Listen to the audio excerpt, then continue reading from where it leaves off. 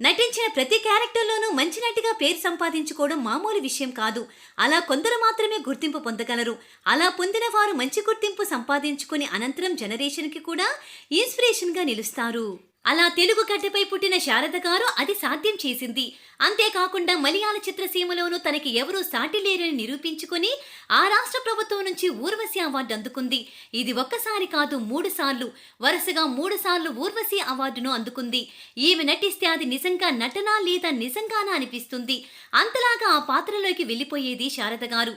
ఈమె స్వస్థలం గుంటూరు జిల్లా తెనాలి. ఈమె అసలు పేరు సరస్వతి. 1945 జూన్ 12న జన్మించింది శారద గారు. ఈమె తండ్రి పేరు తాటిపట్టి వెంకటేశ్వరరావు, తల్లి పేరు కనకమ్మ. శారద తండ్రి కంసాలి. ఈయన బంగారు నగలను తయారు చేయడంలో దిట్ట. ఇక శారద చిన్ననాటి నుంచి భరతనాట్యం నేర్చుకుంది. అయితే ఆమె తల్లి 14 సంవత్సరాల వయసులో శారదను నాటకాల గ్రూప్లో జాయిన్ చేసింది. ఆ రోజుల్లో అది ఎంతో గొప్ప నిర్ణయం. ఎందుకంటే ఆ రోజుల్లో 10 సంవత్సరాలు వచ్చేసరికి బాల్య వివాహాలు చేసేసేవారు. అలాంటిది శారద కోరిక మేరకు ఈమె తల్లి నాటకాల వైపుకు తీసుకెళ్లింది. అనంతరం ఎన్నో నాటకాల్లో నటించి తనకంటూ ప్రత్యేకమైన గుర్తింపును సంపాదించుకుంది శారద గారు. 1955లో కన్యాశుల్కం సినిమాలో బాలనటిగా సినిమాల్లోకి ఎంట్రీ ఇచ్చింది. అయితే 1975లో కేరళకు చెందిన ఒక వ్యక్తిని పెళ్లి చేసుకుని మలయాళ పరిశ్రమకు తరలి వెళ్ళింది.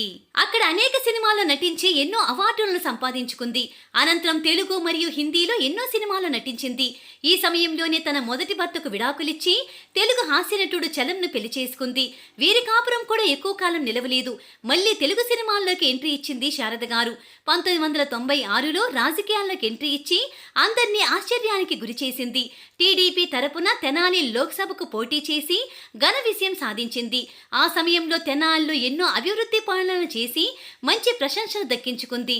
ఇక అనంతరం భరించలేని ఒంటరితనంతో జీవితంపై విరక్తి పెంచుకున్న శారద గారికి ఆమె సోదరుడు, పిల్లలు ఆశాదీపాలుగా కనిపించారు. దాంతో తాను సంపాదించిన దాంట్లో సగభాగం వాళ్ళకే ఇచ్చేయాలని నిర్ణయించుకుంది. అప్పటి నుంచి తమ్ముడు కుటుంబంతోనే జీవించింది శారద గారు.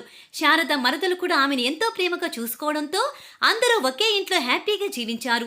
తమ్ముడు పిల్లలను తన పిల్లలుగా పెంచుకుంది శారద. వాళ్ళను చిన్నప్పటి నుంచి చదివించడమే కాదు, లక్షల కట్నంగా ఇచ్చి పెళ్లిళ్ళు కూడా చేసింది. దాదాపు 400కు పైగా సినిమాల్లో నటించిన శారద కోట్లను సంపాదించింది. ఆ డబ్బుతో లోట్రస్ అని చాక్లెట్ కంపెనీని పెట్టి ఎంతో మందికి ఉద్యోగాలను ఇచ్చింది. అంతేకాదు, తాను సంపాదించిన దాంట్లో ఎక్కువ భాగం సేవా కార్యక్రమాలకు ఖర్చు చేస్తూ పేదవారికి తన ఆస్తులు మిగిలిన భాగాన్ని ఉపయోగించుకోవాలని అనుకుంటుంది శారద. అలా తన కోట్లాది ఆస్తులు త్యాగం చేసింది శారద గారు.